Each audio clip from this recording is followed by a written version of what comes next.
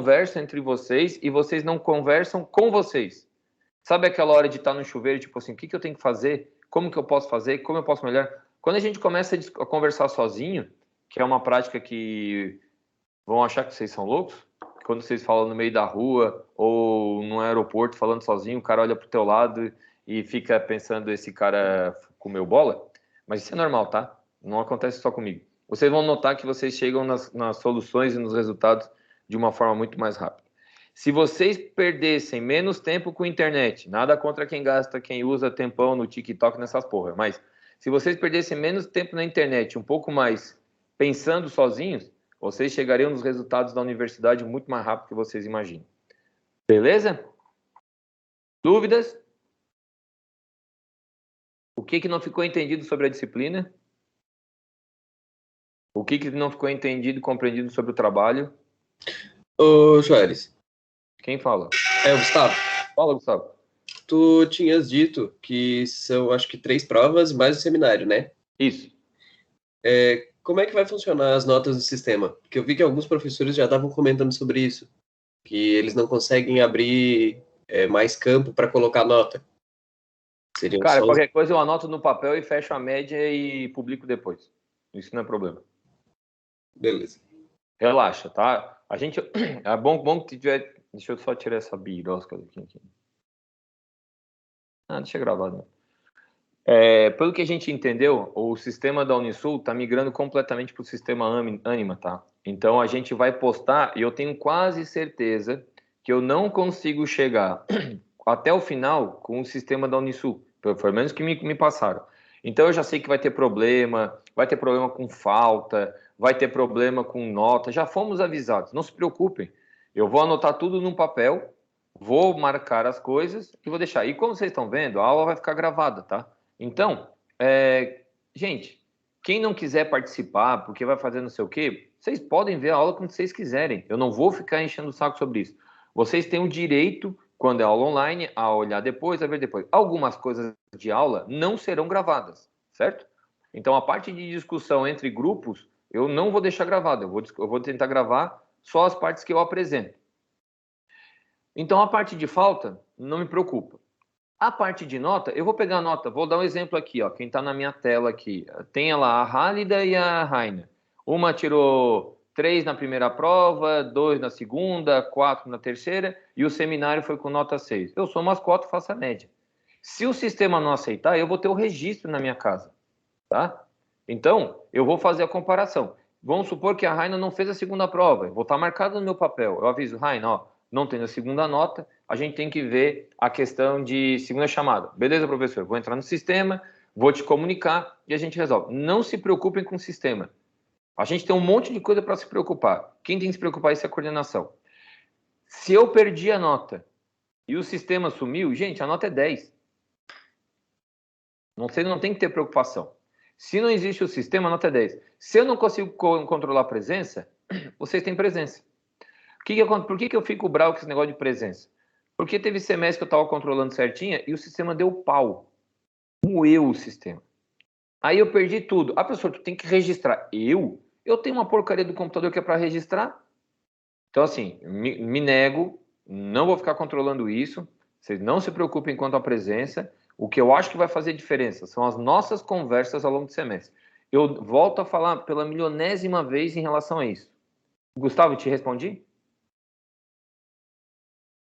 Sim, professor. Vou falar mais uma vez sobre um outro tema. Gente, eu não dou aula para moleque.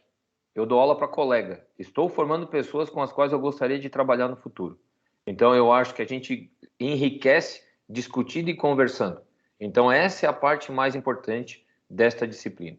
Beleza? Mais algum ponto? Mais alguma dúvida? Não? Então, tá. Gente, o que vocês entendem por teste diagnóstico? Me expliquem. Eu posso falar bobeira, sei lá? Pode. A maior bobagem que tu faz é ficar calada.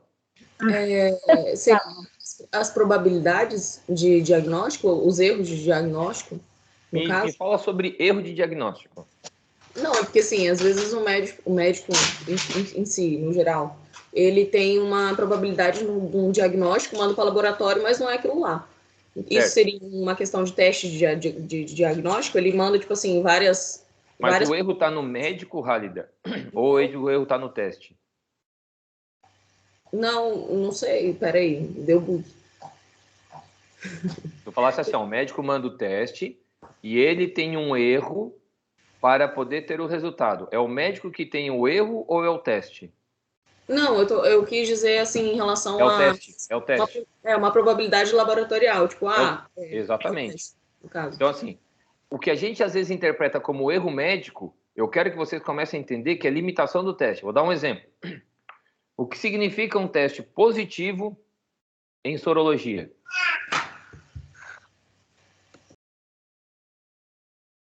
Todo mundo fez teste aí para coronavírus? Sim. O que É que tem a presença de anticorpos no soro. Presença de anticorpo. O que é um anticorpo? Molécula gerada pelo É, a corpo. linha de defesa que foi criada.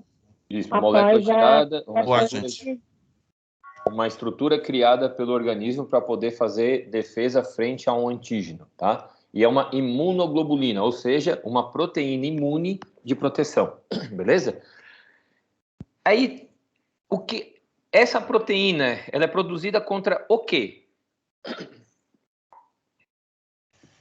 Um antígeno, eu já sei. Da onde que é um antígeno? É um vírus ou uma É um bactéria? vírus que Sejam mais específicos. O que do vírus produz o anticorpo?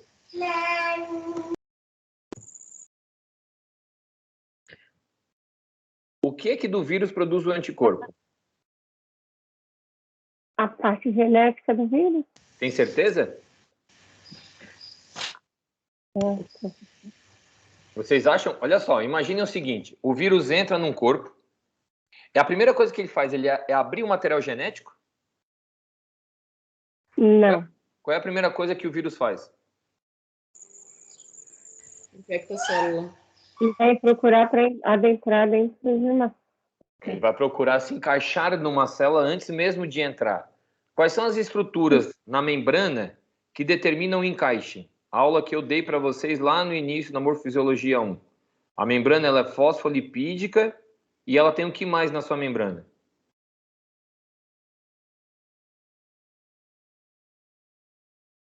Os receptores O que é um receptor?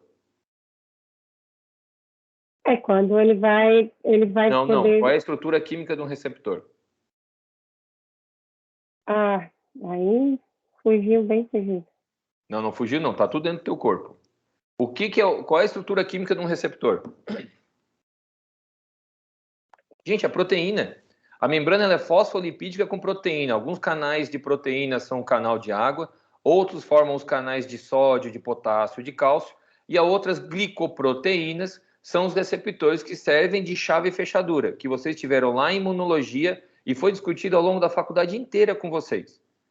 Então, quando o vírus entra, a primeira coisa que ele aponta é uma proteína.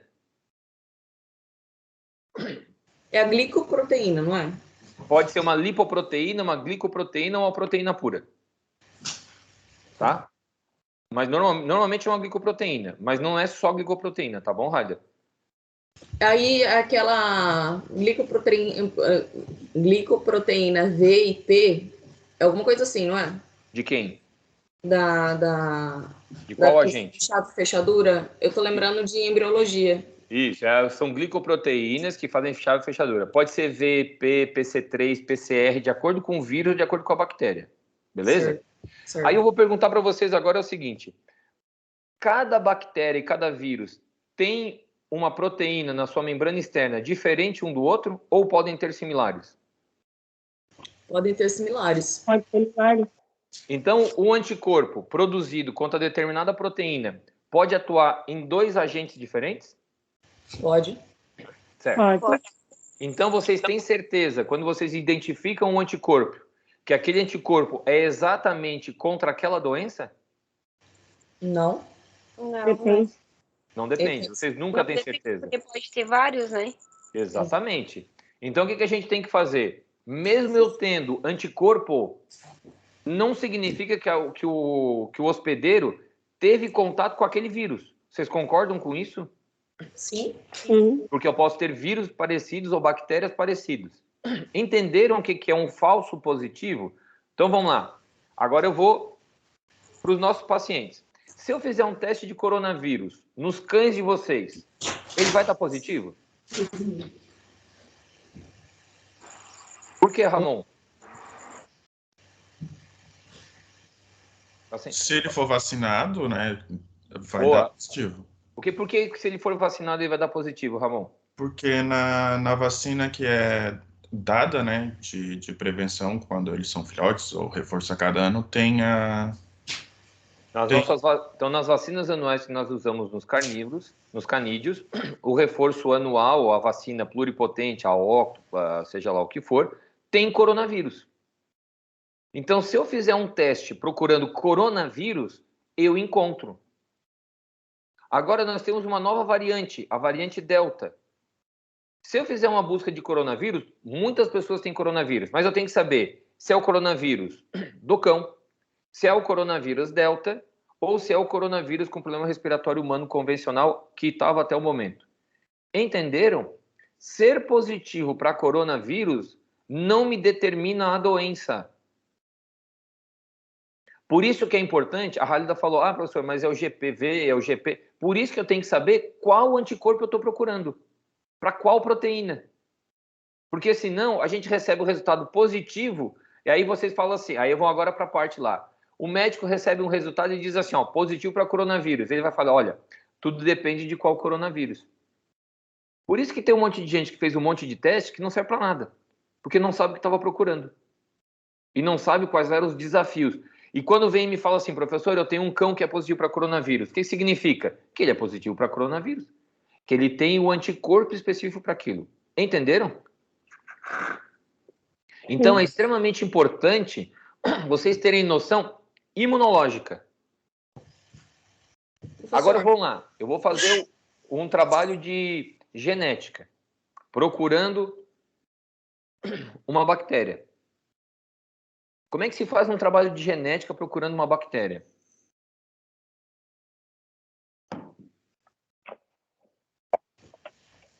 Como é que vocês fariam uma avaliação de genética de bactéria? Oi? Estudar as cadeias relacionadas ao DNA lá, citosina.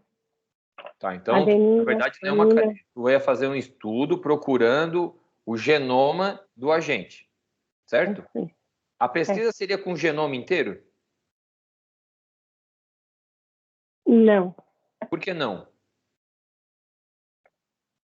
Porque eu vou estudar a parte ali onde eu estou querendo saber onde foi a tal da bactéria. Então, aquele tipo de bactéria ela vai ter um diferencial relacionado aos outros genomas. Tu tem certeza? Ficou a dúvida. Então, quando a gente procura um estudo genético, eu procuro o genoma inteiro ou eu procuro um fragmento? Fragmento. Por que o fragmento, Ramon? Porque é como se fosse um primer, né, menor, ele já tem uma sequência, tipo, como se fosse um microsatélite, que é mais fácil de identificar do que se tu fosse identificar um genoma inteiro. Que genoma inteiro pode ocorrer mutação e muito mais. O genoma inteiro ele é muito caro e não necessariamente eu consiga fazer uma pesquisa de um genoma inteiro. Deixa eu só corrigir uma coisa que eu me falasse já na outra aula e eu esqueci. Microsatélite são áreas genéticas que se repetem ao longo de todo o genoma, tá? Ele é um microsatélite, é uma área conhecida. Primer é uma sequência que eu determino. Então, geralmente os primers eles não são escolhidos em áreas com microsatélites, professor? Não necessariamente, Ramon. Deixa eu explicar. Existem áreas, por exemplo, que são mais... Uma área de uma bactéria que vai construir o seu núcleo ou a sua membrana é uma área que não tem muita mutação. Uma área da bactéria que vai produzir uma determinada proteína é uma área que tem mais mutações. Então, quando eu quero identificar aquele grupo de bactéria, eu procuro a área dele que tem menos mutações. Vocês vão ver que tem uma parte chamada 18S ribossômico, tá? Que se trabalha bastante.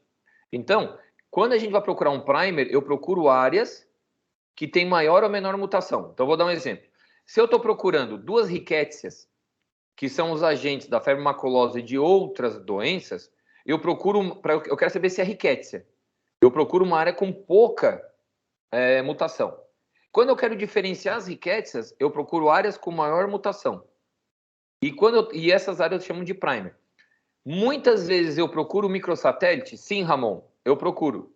Mas não necessariamente eu tenho que sempre trabalhar com microsatélite para responder a minha pergunta.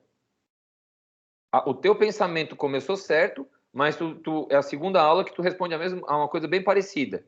Então, eu só não quero que se torne uma regra, porque quando você chegar lá na frente, e tu não vai pegar microsatélite, vai pegar uma outra área. Tudo bem? Entendi.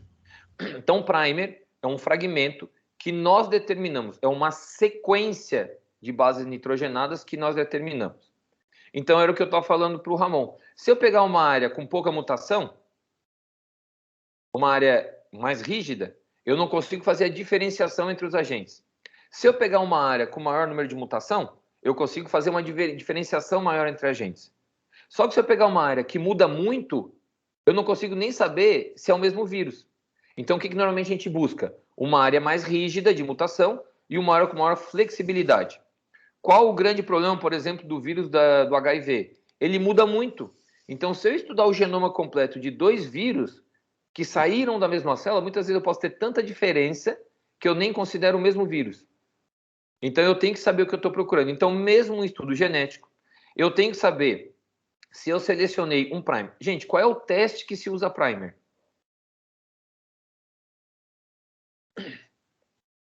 Para qual teste se usa primer? PCR? PCR. O que é um PCR? Reação em cadeia polimerase. E o que significa uma reação em cadeia de polimerase, Ramon? O teste ele vai replicar o material, tipo, ele vai tentar identificar o material que ele está procurando a partir do primer e ele vai multiplicar esse material. Então, eu tenho uma pequena quantidade de material dentro daquela minha amostra. O primer é essa sequência conhecida, ele vai ficar solto. Se tiver aquela sequência sobrando, ele encaixa, ou seja, ele reconhece o material genético. E a partir desse ponto, ele copia o resto tudo. E ele faz várias amostras, fazendo uma multiplicação. Gente, PCR já é coisa do passado, tá? Se usa, mas hoje a gente fala PCR em tempo real, que é o qPCR, ou QT-PCR, que vocês viram tanto para o coronavírus. O que é isso?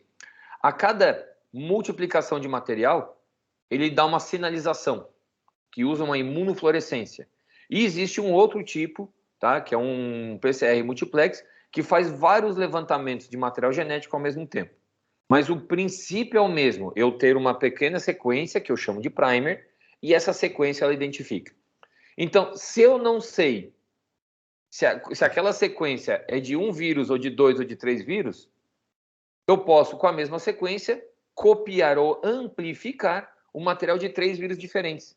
Então, eu tenho que saber qual primer que eu estou usando e qual agente que eu estou procurando, para saber se o meu resultado ele é um verdadeiro positivo ou não. Então, nós temos o PCR em tempo real, o PCR convencional e o multiplex. Beleza? Essas questões de testes vocês já tiveram, tá? Em imuno. Isso eu não vou ficar cobrando para vocês esse tipo de teste. Mas vocês, quando forem me apontar o tipo de teste no trabalho, vocês vão ter que justificar, entendendo baseado em cima disso. Beleza? Então, os testes diagnósticos, o que eu procuro num teste diagnóstico? Vocês já entenderam que eu quero saber quem foi positivo e quem é negativo, seja por sorologia, seja por estudo genético. Então, eu quero fazer um diagnóstico de doença com os animais de sinais clínicos, eu quero fazer um rastreamento entre os animais que são assintomáticos, eu quero fazer a avaliação e a progressão da doença de acordo com a severidade, eu quero avaliar o efeito, só para ver se o tratamento está funcionando ou não, ou eu quero avaliar um novo método diagnóstico. O mais importante na epidemiologia é saber quem é positivo ou é saber quem é negativo? Quem é negativo. Para quê? Para ter o controle de quem é positivo numa população. O que interessa do animal positivo para o epidemiologista? Positivo é número. Ele quer saber quem está saudável, né? Exatamente. Raina, como é que estava a semana passada? Eu? Tem outra Raina aqui? Ah, tá, eu entendi, Hálida. Não, Raina, como é que estava a semana passada? Como é que eu tava? Eu tava doente. Positiva, certo? Aham. Isolada? Isolada. Teve contato com alguém? Tive contato com a pessoa que deu positivo, né? Depois eu fiquei isolada sem contato com ninguém. Por que fizeste isso? Por que eu fiz o quê? Por que ficaste isolada? Para não contaminar as outras pessoas. Entenderam o que é epidemiologia? Eu não perguntei se ela fez tratamento, o que ela fez, não importa. O importante é que ela era uma doente e ela estava afastada. Só isso que me importa. Hálida, como é que foi a situação que a senhorita passou com o coronavírus? Eu não pude ficar isolada. Por que não pôde ficar isolada? Porque eu estava procurando UTI pro meu pai. Tava todo mundo em casa infectado e eu atrás de UTI pro meu pai. Quando eu falo que quando eu falar que positivo e negativo são números, saibam que tem pessoas por trás desse número. A minha tia morreu. Eu sei o que a Hálida está falando, que eu sei que ela perdeu o pai. E eu perdi minha tia mais ou menos na mesma época. Então, lembrem-se que ser epidemiologista, eu trabalho com número, mas eu sei que tem gente por trás. Tá? Então, quando eu falar que tem um doente que eu vou afastar, eu sei o que eu estou falando. Então, não venham com mimimi nessa aula. Tratem de uma coisa mais séria, que eu estou tratando do futuro, de como vocês irão analisar. Entenderam? Um caso positivo, eu afasto. E se eu não consigo isolar, algumas vezes vai ter que controlar dentro do convívio, porque não tem como isolar, mas eu tenho que diminuir o risco de transmissão. Alguns casos eu consigo isolar, outros não. Então, eu quero saber o positivo na epidemiologia para poder entender o contexto como um todo, para eu poder decidir o que fazer. Alguns casos eu isolo, alguns casos eu interno, alguns casos eu trato. Eu não tenho como interferir no tratamento, mas a minha preocupação é com a população negativa. Então, falando sobre isso, o que é mais importante agora? É eu saber quem é positivo, quem é negativo, ou eu entender o falso positivo e falso negativo? Falso positivo e falso negativo. Porque eu posso estar tomando a decisão errada. Desde o isolamento até a manutenção em relação aos outros. Por isso que a gente tem que entender a dinâmica do agente numa população. Entenderam até aqui? Bom. Então... Sim, prof. Então, o que é? É muito difícil um teste de capacidade diagnóstica absoluta. Gente, vocês não têm teste 100%. Seja ele molecular, seja ele sorológico, pode dar um erro. Certo? Quando que um teste sorológico dá erro? Quando não realizado... Forma de coletar. Forma de coleta, não sei o quê. Gente, fora isso, quando é que um teste sorológico dá negativo? Qual é o principal fator? Quando ele não está ainda com a doença? Quando não tem um anticorpo. Isso. Ele pode ter a doença? Pode, mas ainda não está manifestando. Mas não se manifestou, tá assintomático. Gente, esquece assintomático. Pensa só no teste. Quando que o teste sorológico dá negativo? Quando não tem anticorpo. Ponto. Ele tem paciente que tem sinal clínico e não tem anticorpo. Como que pode acontecer, assim, uma pessoa da família tá infectada e convive junto com a outra e o outro não pegar? Como é que pode, assim? Então, tá. É simples. O sistema imune de uma não conseguiu combater, e o sistema de imune de outra conseguiu combater. Simples. Vamos lá. Eu tenho um parente na família que fez uma transfusão de sangue. Eu tenho um paciente na família que fez um transplante. Eu tenho um paciente na família que tem uso de quimioterapia. Eu tenho um paciente que usa corticoide. Como é que está a imunidade dessas pessoas? 0 bala ou tá uma bosta? Bem baixo. 0 baixa. Essas pessoas podem ter problema e uma pessoa que não, teoricamente, né, não tem nada, pode ficar sem problema algum? O que tu acha, Bruna? Pode. Então, quantos pacientes que a gente menos... Gente, quantas pessoas têm rinite e tomam corticoide todos os dias? E acha engraçado, né? Alguns tomam, eu não tomo... Gente, corticoide eu tomo em última instância. Gustavo, tu tomas corticoide por causa de rinite, não é isso? Não, é bronquite. Bronquite? É. Gente, se toma é porque precisa. Então, vocês imaginem o cara ter ou respira ou usa corticoide algumas vezes. Certo, Gustavo? Certíssimo. Ele não tem escapatória. Então, assim, o Gustavo hoje acaba sendo um paciente com certo risco. Entende por que um pode ter e o outro não? Não é uma decisão, não é só questão do vírus, tem uma série de fatores que estão orquestrados em volta disso. E também existe uma questão individual, onde umas pessoas respondem perante a um agente e outros não respondem. O imunocompetente e o imunocomprometido. Joia? Professor, Oi. Eu tive 2 amigos que pegaram Covid. Os 2 fizeram 3 testes, os 3 deram negativo, só no último, depois de 12 dias, que foi acusar positivo. Isso seria uma questão imunológica também, não foi? Ou não? Quando a pessoa suspeita que está com Covid, o que o médico fala? Se isola. E pede para fazer o exame em quanto tempo? Em 3 a 5 dias. E aí, quanto tempo a pessoa leva para fazer o teste? Quantos correm no mesmo dia para a farmácia para fazer o teste? São poucos, né? Então, quase todo mundo. É. E aí, o que acontece no primeiro teste? Vai dar? Negativo. Por quê? Porque ainda não teve resposta imunológica para o vírus. E o termo que a gente usa é ainda não soro converteu. A minha velocidade de soro conversão não necessariamente é a velocidade de vocês. Eu entendo que pode ser erro de teste, que pode ter feito o teste errado. Eu estou partindo do princípio, pessoal, que todo mundo coletou de forma correta e fez de forma correta. A minha preocupação como epidemiologista é o que pode acontecer biologicamente para poder ter o problema. Karina, tu que chamaste? Sim, eu ia fazer uma pergunta também. Pode fazer. Tá, eu me confundi um pouco na questão ali, no caso, a pessoa ou o animal está apresentando um sinal clínico, mas não tem anticorpo, né? Então, faço negativo ou positivo? Aí, vamos lá. Se eu faço o teste, tem anticorpo? Não, tu tá falando, né? Isso, nesse caso. Certo. Aí, ó, é o que está aqui na tela. Ó. Eu sei que o paciente tem o agente, né? Então, a doença é presente e o teste é negativo. Ele não é um falso negativo? Ele tem a clínica na minha frente. Eu sei que ele está passando mal. Vamos lá, ele está com vômito, ele está com diarreia, ele está com dificuldade respiratória. Eu sei que ele está com o agente e ele deu negativo.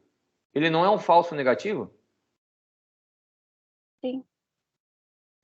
Então, esse paciente, eu vou ter que investigar por que ele é falso negativo.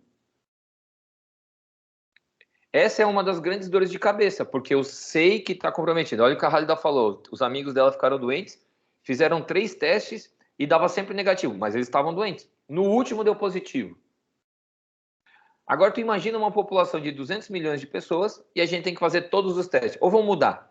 Imagina vocês serem donos de uma clínica veterinária com 20 funcionários e terem que pagar 60 exames para poder determinar quem é positivo e quem é negativo. O que é mais fácil?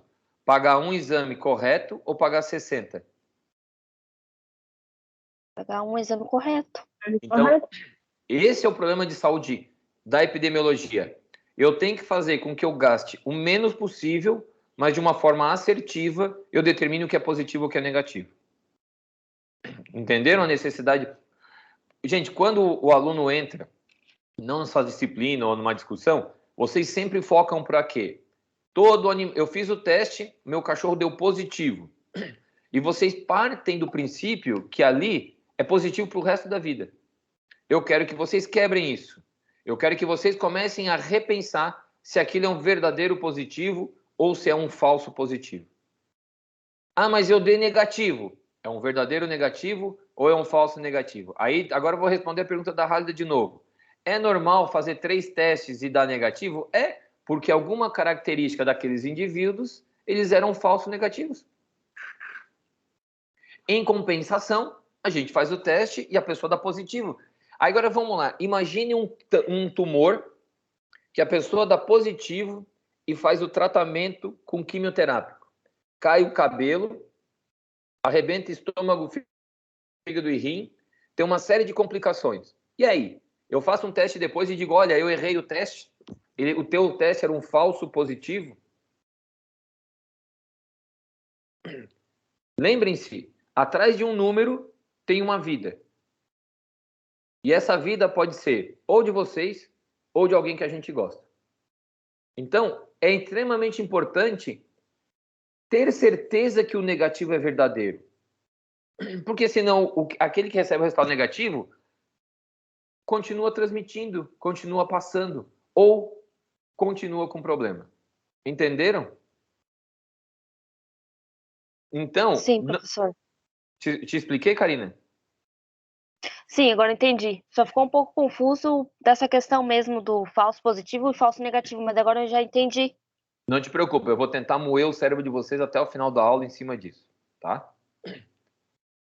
Então, vamos lá. Eu vou fazer um levantamento epidemiológico. Eu quero fazer uma investigação de problemas numa população. Eu quero saber se tem problema de saúde. Eu quero fazer uma avaliação dos minerais, dos hormônios, das enzimas, dos anticorpos. Gente, tudo isso é subjetivo. Eu não posso determinar que o valor de mineral para um e para outro seja exatamente o mesmo. Então, eu faço uma grande avaliação numa população e eu tento ver uma variação. E aí eu vou chegar lá, por exemplo, eu tenho uma variação de um elemento qualquer que é de 2 a 10.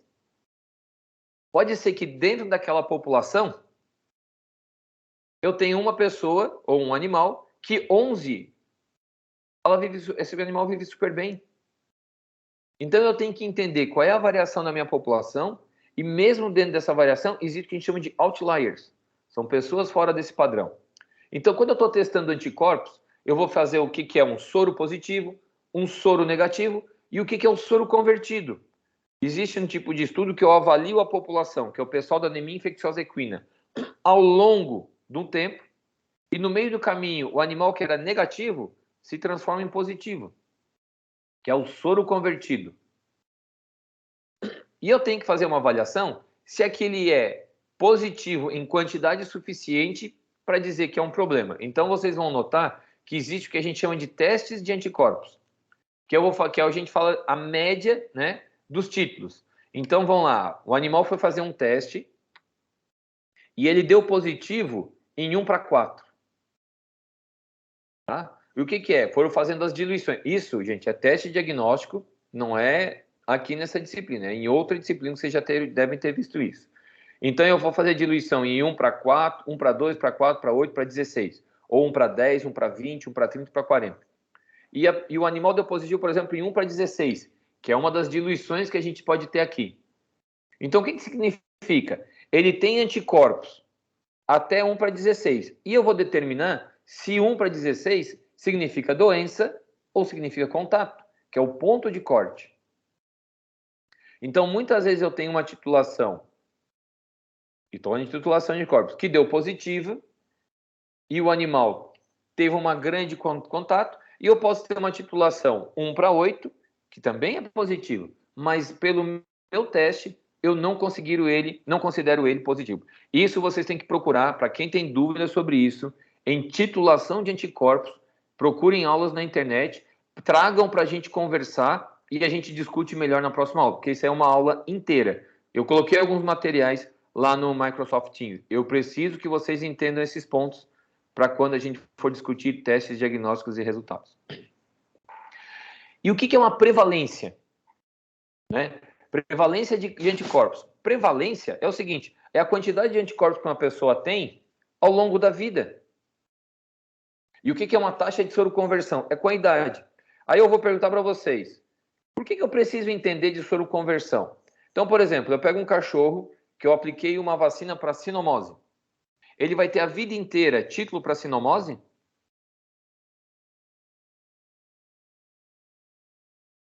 Sim ou não? Vai, né? Vai. Mas por que eu revacino ele todo ano? Porque chega um determinado que a curva de imunização dele vai caindo, e aí aplica a vacina de novo para manter a curva. Então me explica por este slide o que significa essa curva de imunidade. Bom. O que tu fala de curva de imunidade, Gustavo? É que quando tu aplica a vacina, assim que o corpo reconhece o antígeno, ela vai levar um tempo até ter anticorpos, e esses anticorpos vão crescendo, crescendo, crescendo, até que chega um ponto que estabiliza. E por um longo tempo, ou dependendo, nem tão longo, né? Depende do tipo de anticorpo, né? A curva começa a cair de novo, e aí é o momento onde tem a reaplicação do antígeno. Tá, se eu fosse um proprietário e tu me explicar essa merda toda, eu vou dizer que tu não vai vacinar meu cachorro de novo porque tu tá querendo roubar meu dinheiro. Me explica quando se fosse um proprietário. Tá. No dia 0 de aplicação, não tem efeito nenhum. Dali a algumas semanas... Quando aplica uma vacina, ela vai ter uma reação para a produção de anticorpos. Só que com o tempo, esses anticorpos são consumidos, eles não ficam a vida inteira na circulação. E o corpo vai gastando para cada vez que tem desafio ou perde a qualidade. Então eu tenho que vacinar anualmente para manter a produção de anticorpos constantes e manter a imunidade apta para se responder para qualquer problema. Vocês entenderam? Se você explicar isso para o proprietário, ele também não vai entender, mas eu preciso que vocês entendam, tá? Então, quando a gente faz uma avaliação de prevalência de anticorpos, eu vou pegar o mesmo cachorro, aplico a vacina, faço o teste e eu acompanho a titulação. Quando baixa a quantidade de anticorpos, eu reaplicaria a vacina. Em qual situação que a gente faz isso?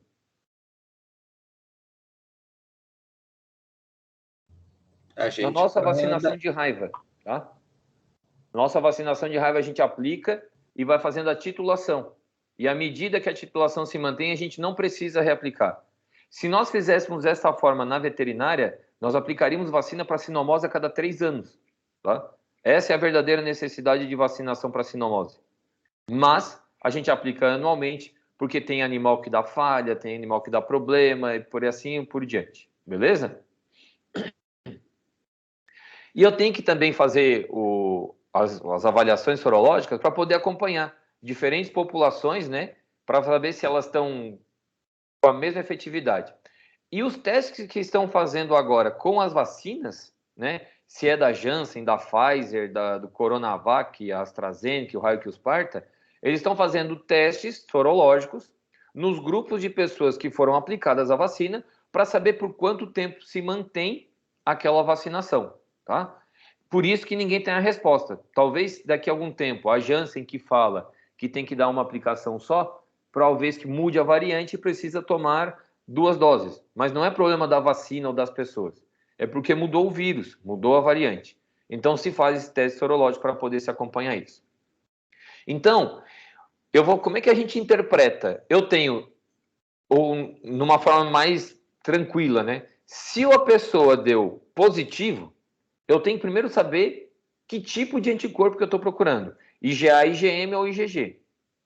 IgA mucosa, IgM é circulante, mas é a primeira reativa. A IgG é a imunoglobulina de memória, tá? Vocês sabem a diferença por que a gente chama de A, de M e de G? Vocês sabem por que se fala com esses termos? Eu vi vários alunos falarem para mim que IgM é de memória, tá? Não tem nada a ver com memória. É a forma como a proteína tem a sua posição e ela tem um aspecto da proteína alfa, micro e gama, tá? São letras gregas que representam a imunoglobulina. É o aspecto da proteína. Não tem nada a ver com memória, tá? E IgA, então, é a alfa, IgM é a micra e IgG é a gama, beleza? A gente usa essas letras pelo formato da proteína. Então, na mucosa, a gente encontra muito mais uma imunoglobulina com formato A. Na primeira contato, a gente encontra as imunoglobulinas com formato M. E as que ficam de memória circulante, a gente encontra as imunoglobulinas com proteína do formato IG, tá? Então, não confundam. Então, olha o que tem ali de interpretação. IgA, IgM e IgG positivos. Contato ou infecção prévia pelo vírus, procure o seu médico em caso de sintomas. Certo? Por que contato prévio? Porque eu tenho IgG, que é de memória. Os dois negativos. Não há evidência laboratorial de exposição ao vírus. Um resultado negativo não descarta a possibilidade de infecção por SARS. Olha o que fala. É negativo para os dois. Mas ele ainda não descarta. Por quê? Porque ainda não teve produção de anticorpos. Por isso que ele fala não descartar. Ele não afirma que é negativo. Contato ou infecção prévia pelo vírus. IgA positivo, IgG negativo. IgG positivo, procure o seu médico em caso de sintomas. Já teve o contato, está com a célula de memória, mas aparentemente agora não. Agora, se deu IgA positivo, ele teve o contato prévio e provavelmente vai manifestar.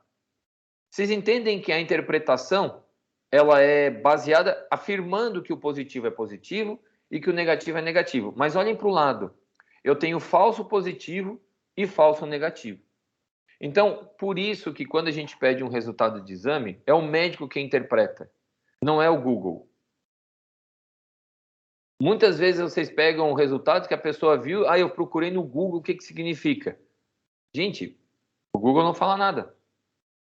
Eu tenho que saber qual é o teste que eu estou usando, qual o tipo de avaliação, para saber se aquele teste é realmente um falso verdadeiro ou um falso positivo, um real verdadeiro ou um real positivo. Então, a gente tem que começar a se preocupar com 2 pontos, né? Que é sensibilidade e especificidade. Gente, vocês estão entendendo até aqui? Eu tô cabeças sacudindo. Gente, vocês, ao final da aula, vocês terão dor de cabeça. Vocês vão passar o final de semana procurando resposta, vocês vão conversar como grupo, e eu espero que vocês cheguem para conversar comigo na sexta, e não mais para ter aulas. Porque quando a gente chega para conversar, né, a gente, na medida do possível, eu concordo, Angélica. Então, quando a gente chega para conversar, a gente vai esclarecendo. Se eu chegar aqui e der uma aula de epidemia e todo mundo entender tudo, é porque a aula deu tilt, tá? O normal é a gente se perder no meio do caminho. Apesar da minha formação nessa área, eu lembro das primeiras vezes... Bom, na faculdade eu nem tive aula disso, tá? Quando eu tive aula no mestrado, e apertou bastante meu cérebro e eu quase explodi, tá? Sensibilidade. O conceito de sensibilidade e especificidade, ele não foi criado para dar dúvida, mas a gente acaba confundindo os dois. Sensibilidade. Probabilidade de um teste dar positivo, que o indivíduo tenha a doença. Então, a proporção de verdadeiros positivos detectado pelo método. O que é uma coisa sensível? O que vocês entendem por algo bem sensível? O que vocês acham que seria um teste bem sensível? Lá está escrito, ó. Que qualquer mínima partícula, pedaço do agente, ele vai achar. Do agente ou do anticorpo? Vai depender do tipo de teste. Vai depender do tipo de teste que eu escolhi. Então, na verdade, é o seguinte. Qualquer possibilidade de ter o agente ou houve um contato, tem que ser detectado. Gente, é a mínima chance. Quando vocês acham que seria interessante fazer esse tipo de teste? Um teste altamente sensível.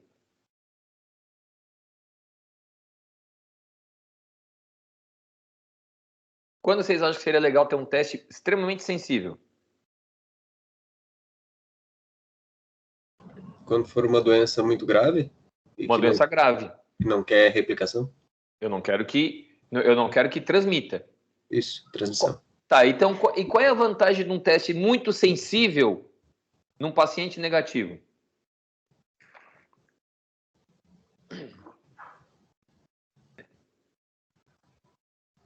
E as chances de ser um falso negativo são menores? Quem falou? Oi? Quem falou? Leandro. Leandro, o que significa esse falso negativo ser menor? Porque como o teste ele é mais sensível, então ele seria para ser mais seguro também, né? O resultado. Então, beleza. Usem sempre o termo probabilidade, tá? Porque aí a gente não erra, a gente volta no estatístico.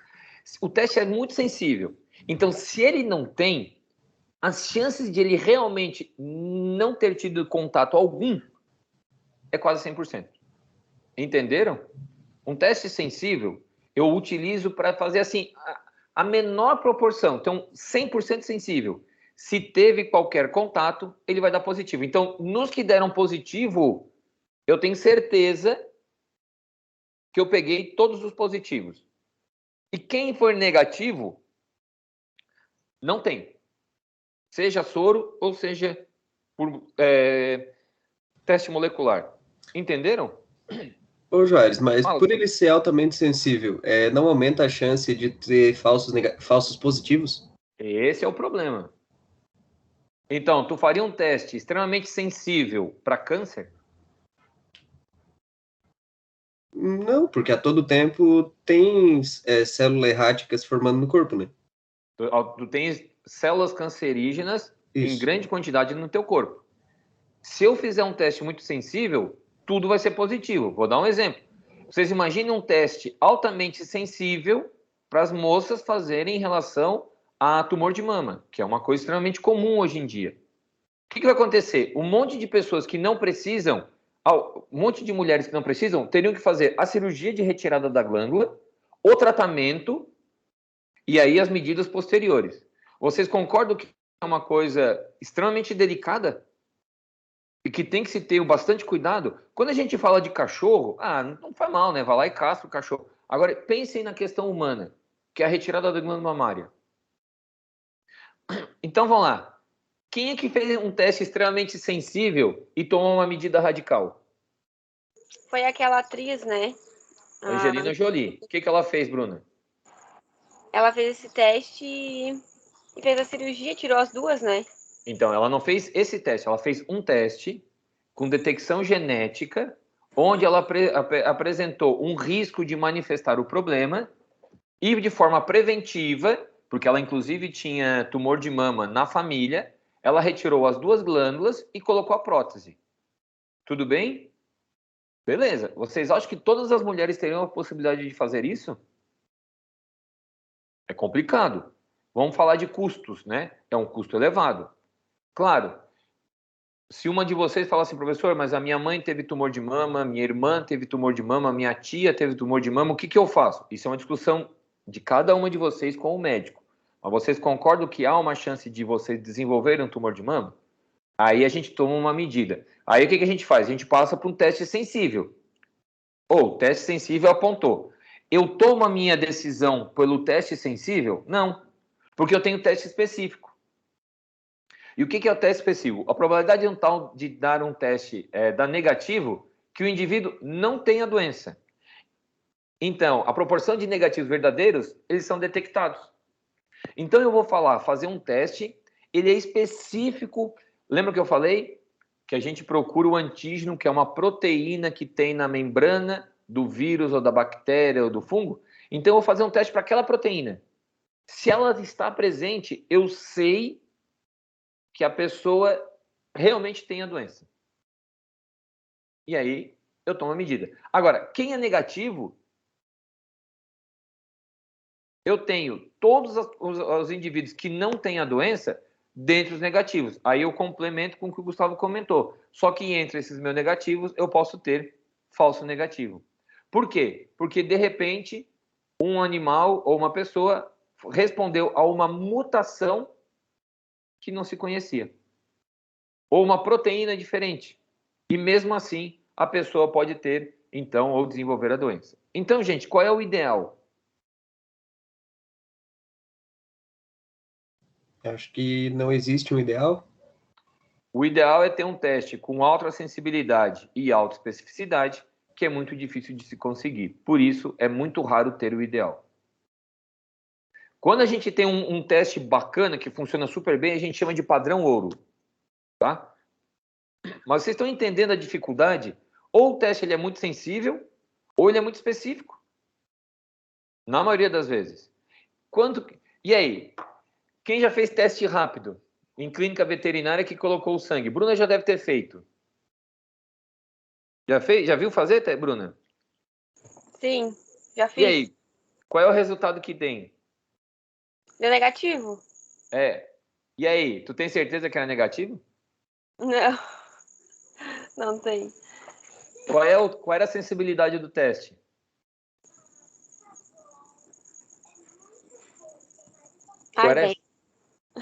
Tu leste isso? Não. E qual era a especificidade do teste? Não leste, né? A gente não lê. E a gente esquece disso. É que foi as pessoas do laboratório fazem e elas mexem ali e já levam, né? A gente nem vê quase o material. Sim, mas às vezes em algumas clínicas a gente tem, inclusive, né, o teste de sinomose parvovirose, de FIV-FeLV, coloca a gota, forma a bolinha ou forma o risco, e a gente tem bolinha, tá ferrado. Não tem bolinha, pode ir embora. Mas ninguém lê especificidade e sensibilidade. E aquele teste, ele pode estar errado. Por quê? Porque todo teste tem sensibilidade e especificidade. Aí sabe o que acontece? O bicho vai embora. Aí ele vai para outra clínica depois de 3 meses e ele dá positivo. O que acontece? Aquela clínica não sabe atender. O veterinário é burro. O teste, o bicho estava doente. E é a mesma coisa que vocês fazem com o médico. O médico não sabe fazer exame, coletou errado, o laboratório está errado. Sempre é culpa do laboratório. E as pessoas esquecem da coisa mais simples, né? Que é o corpo da pessoa. Comecem a interpretar de forma diferente e levem isso na hora de conversar com os proprietários. Certo? Então, olha como funciona essa birosca aqui.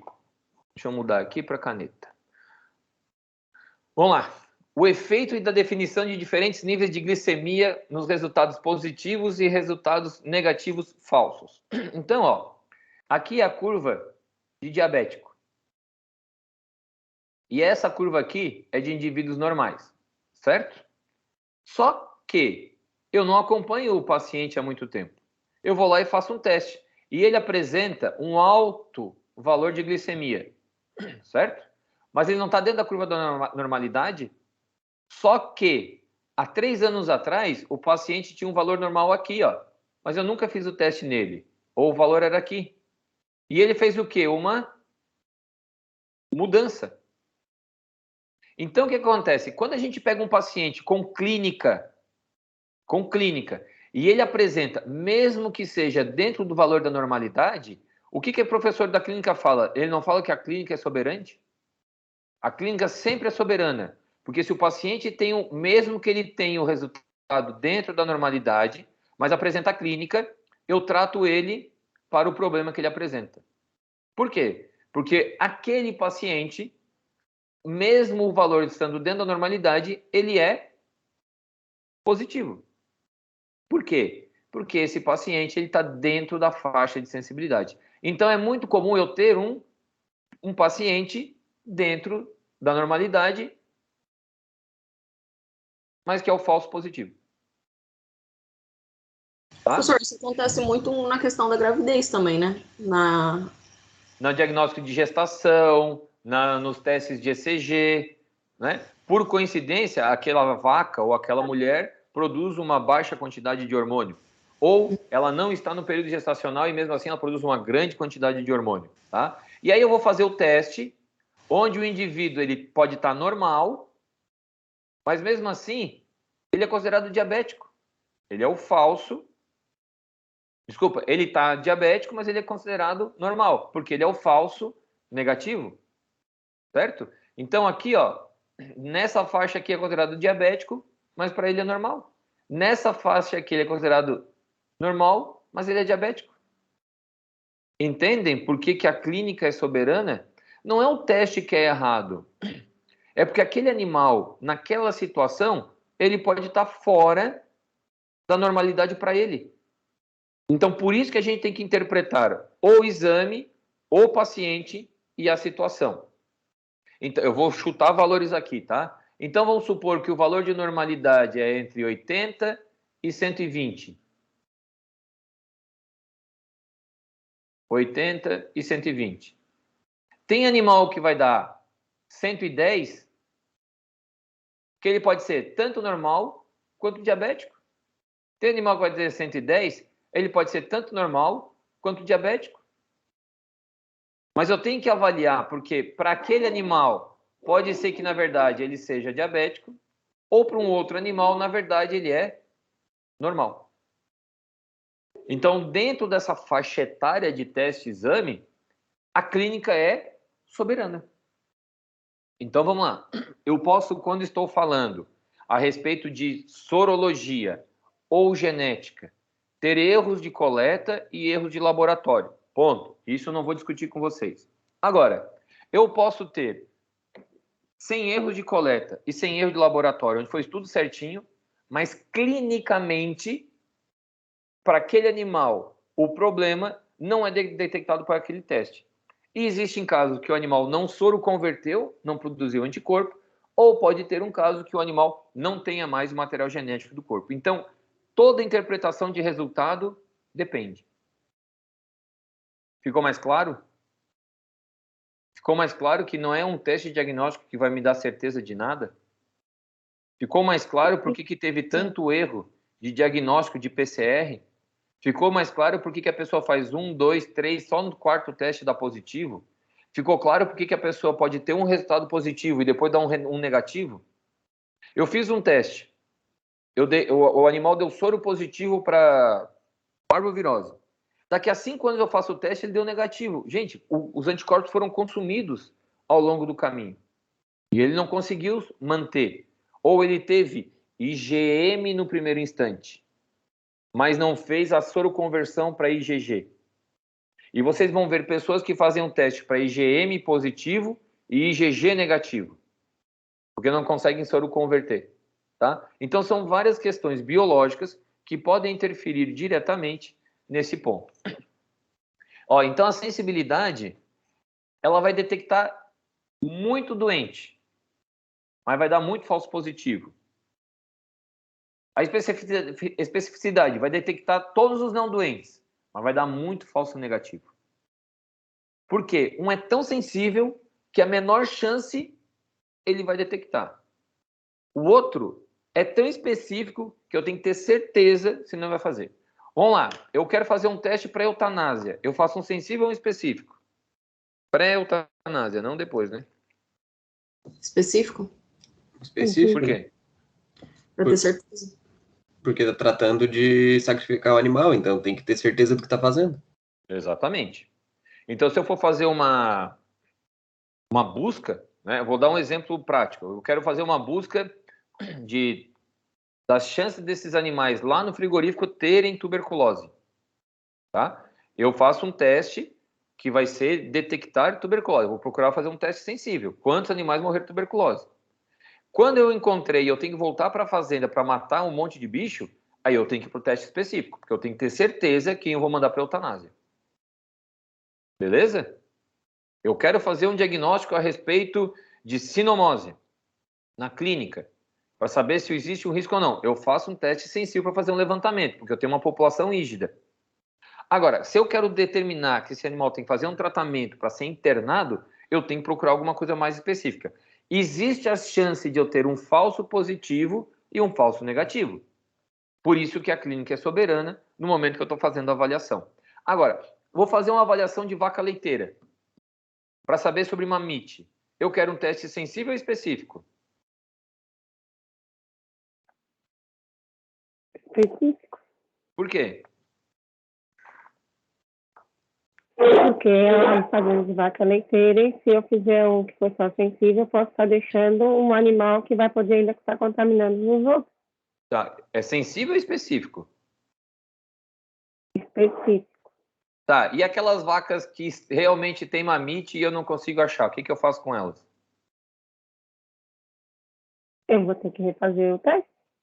Ou eu faço um teste sensível para não ter sombra de dúvidas que todos os animais que têm mamite eu separo. É o inverso, Ricardo. Quando é uma doença que tem uma alta com alta chance de contágio, eu faço um teste sensível. Por quê? Porque aquelas vacas que derem negativas para o meu teste, eu não me preocupo. Agora, aquelas que deram positivas, eu passo para um novo teste. E esse novo teste, aí sim, um específico para poder fazer diferenciação. Por quê? Porque eu vou ter que intervir, porque qualquer vaca positiva me contamina todo o rebanho. A vaca que tem a menor chance, então como é que eu faço esse manejo? A vaca deu um teste extremamente sensível para mamite, eu boto ela para fazer ordenha no final. E aí eu vejo o que eu faço com o leite depois. Aquelas que não têm chance nenhuma de ter mamite, eu faço a ordenha delas antes.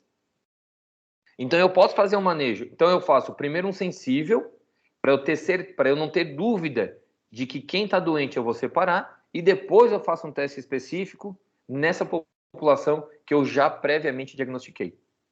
Porque eu tenho medo que a mamite se alastre para outros animais da minha população. Fala, Ricardo. Pode falar. Professor, uma dúvida relacionada assim, né? Foi feito lá o teste de sensibilidade, viu que tinha tuberculose, outra extremidade, e aí eu fiz o teste específico, também deu. Nesse teste específico, eu pode gerar ainda um falso positivo? Pode. E aí, para garantir, como no caso, uma doença que vai ser caso de eutanásia, aí eu posso pedir quantos mais para me ter absoluta certeza que o animal realmente está com a tuberculose? 3.000 testes, mas tu nunca vai ter certeza absoluta. Sério? Sério. Uma coisa bem, então, na verdade... sei lá. É uma... Nossa, depois dessa... Não, ué, todo teste pode ter erro. Tu pode fazer 3.000 testes e ainda ter a dúvida. Agora, o que a gente faz? A gente trabalha com probabilidade. Gente, não tenham 100% de certeza para nada. É impossível. Não existe matematicamente. Agora, se eu fizer um teste bastante sensível e eu fizer um teste bastante específico, pode ser que eu tenha um teste com os dois padrões e pode ser que eu tenha 2 testes em série. Quais são as chances de eu errar? Alta ou baixa?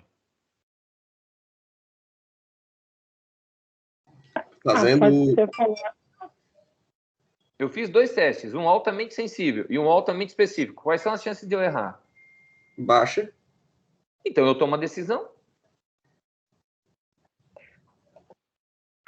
E se o animal não apresentar nenhum, digamos, dos sinais clínicos?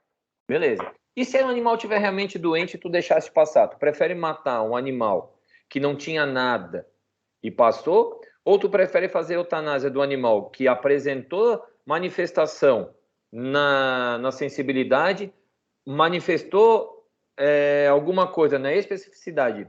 Tu deixa esse animal passar ou tu acaba com o problema? Eu botaria ele em quarentena e após um certo período refazia todo esse exame para ver realmente. Tá bom. Quantos pacientes... Qual é o maior problema da epidemiologia? Não é o paciente subclínico? É aquele que não manifesta sinais clínicos? Isso. Então, como é que a gente lida com o subclínico? Vamos lá, Ricardo. Eu tenho uma fazenda com 500 vacas leiteiras.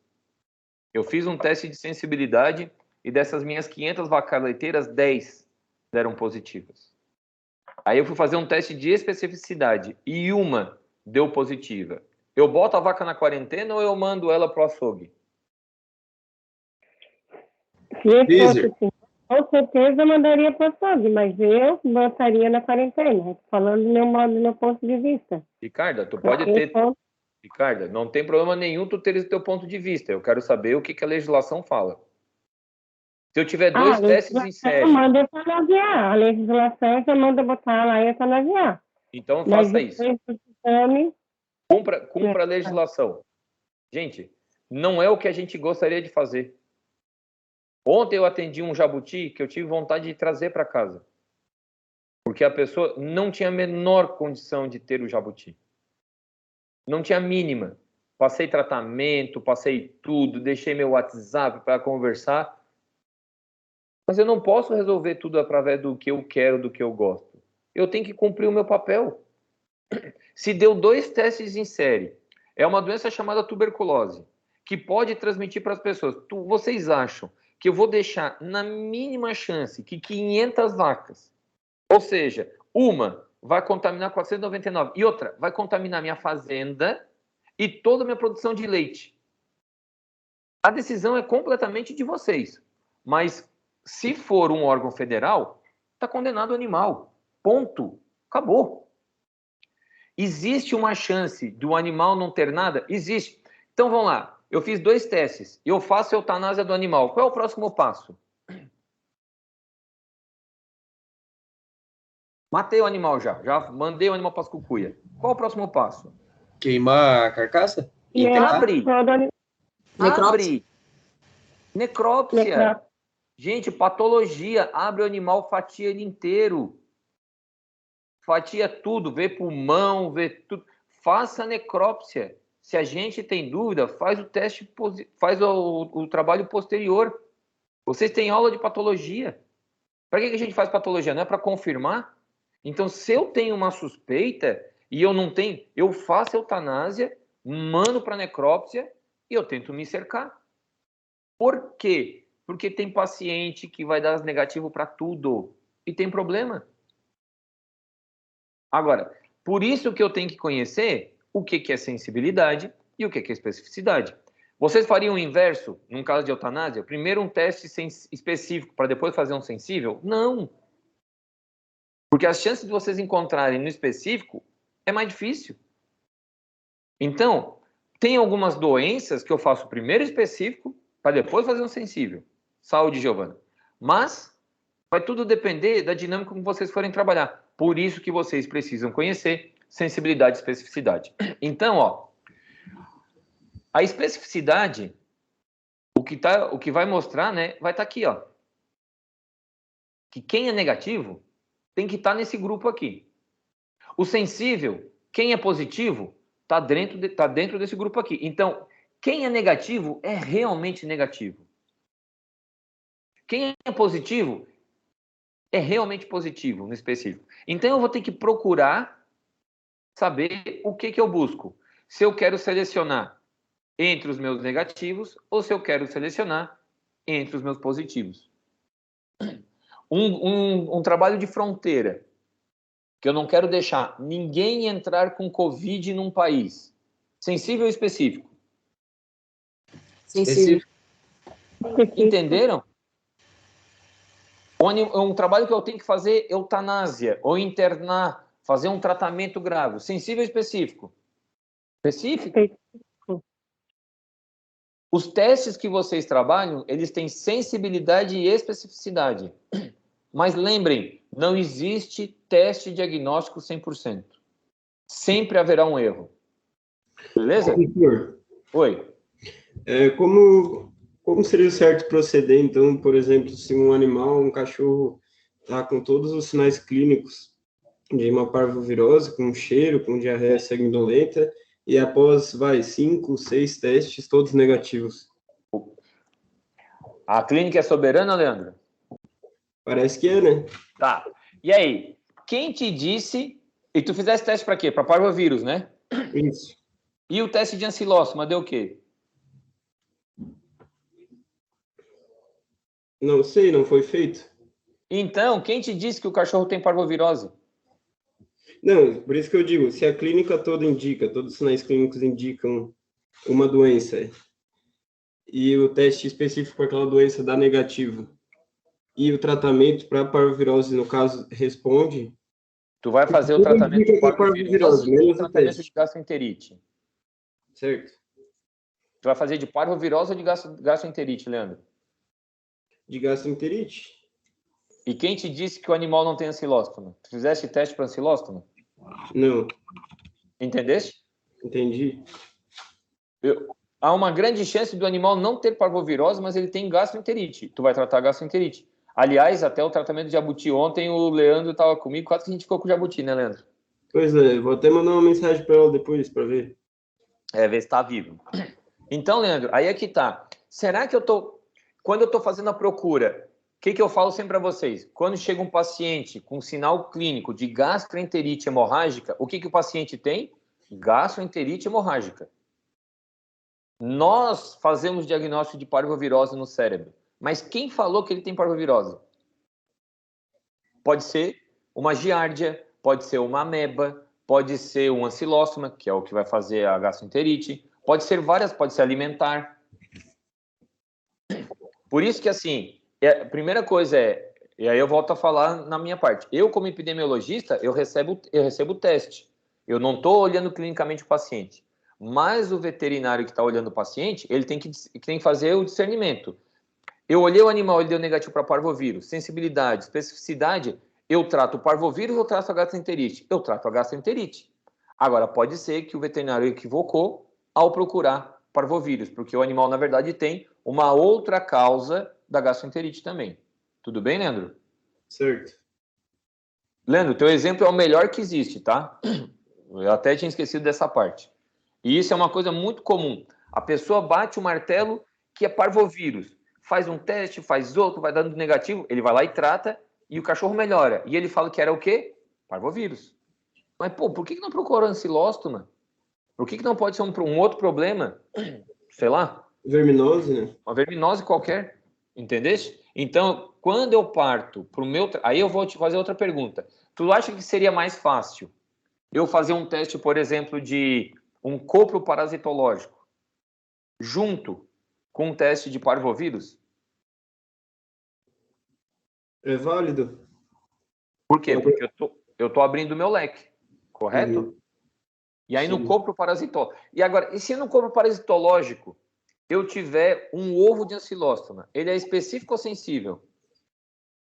É específico? Não, é sensível? Não, é específico. Porque eu estou encontrando o ovo lá.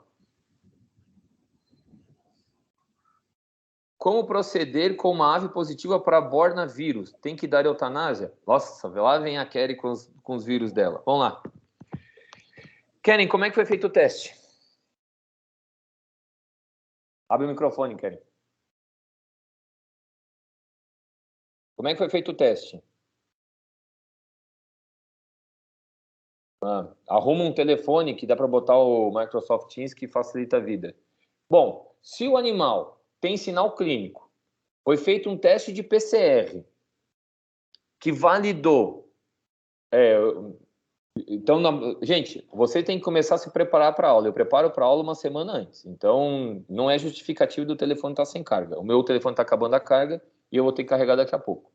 Então, se eu tenho uma doença que ela tem um risco de transmissão, bornavírus é um vírus comum, Keren? Escreva. Bornavírus é um vírus comum? Tá. O que tu acha que eu devo fazer com o animal? Que eu fiz um teste, né? Que vamos supor que é um PCR específico, eu usei 4 primers e eu tenho certeza que é bornavírus. O que eu faço com a ave? Eu deixo ela com bornavírus ou mando ela para o cemitério?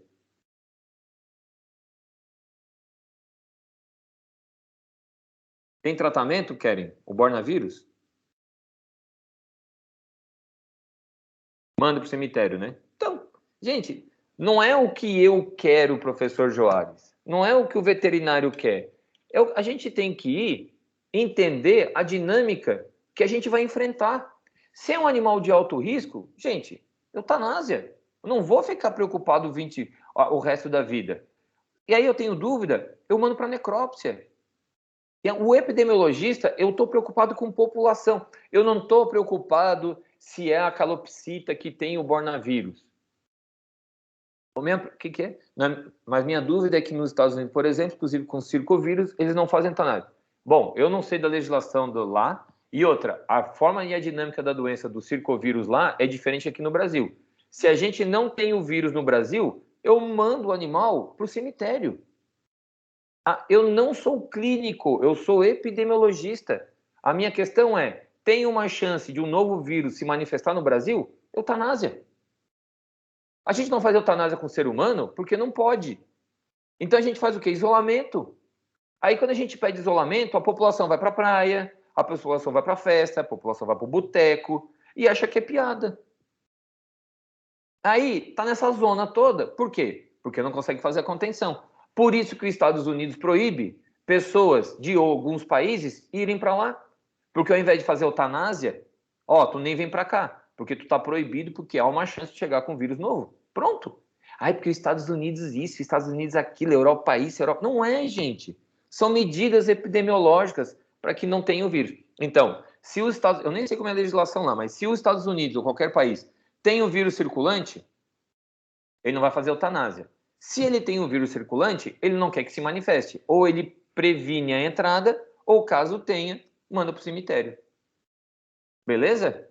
Gente, eu preciso fazer 5 minutos de intervalo e aí a gente volta para dar continuidade e terminar essa aula de hoje, tá bom?